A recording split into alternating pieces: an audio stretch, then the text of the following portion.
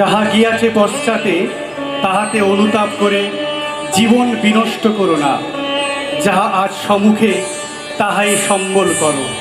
হেরে যেও না বন্ধু, তুমি হেরে যেও না। রবীন্দ্রনাথের দার্শনিক চিন্তায় তাই সর্বদাই ঠাঁই পেয়েছে রাতের কুহেলিকা ভেদ করে এক নতুন দিনের সর্বজয়ী মনোভাব, যা আলিঙ্গন করে সকল উৎকর্ষতাকে। কারণ মানুষের প্রাত্যহিক জীবনযুদ্ধে পুরাতনকে ছিন্ন করে নতুনকে যে বরণ করে নিতেই হবে।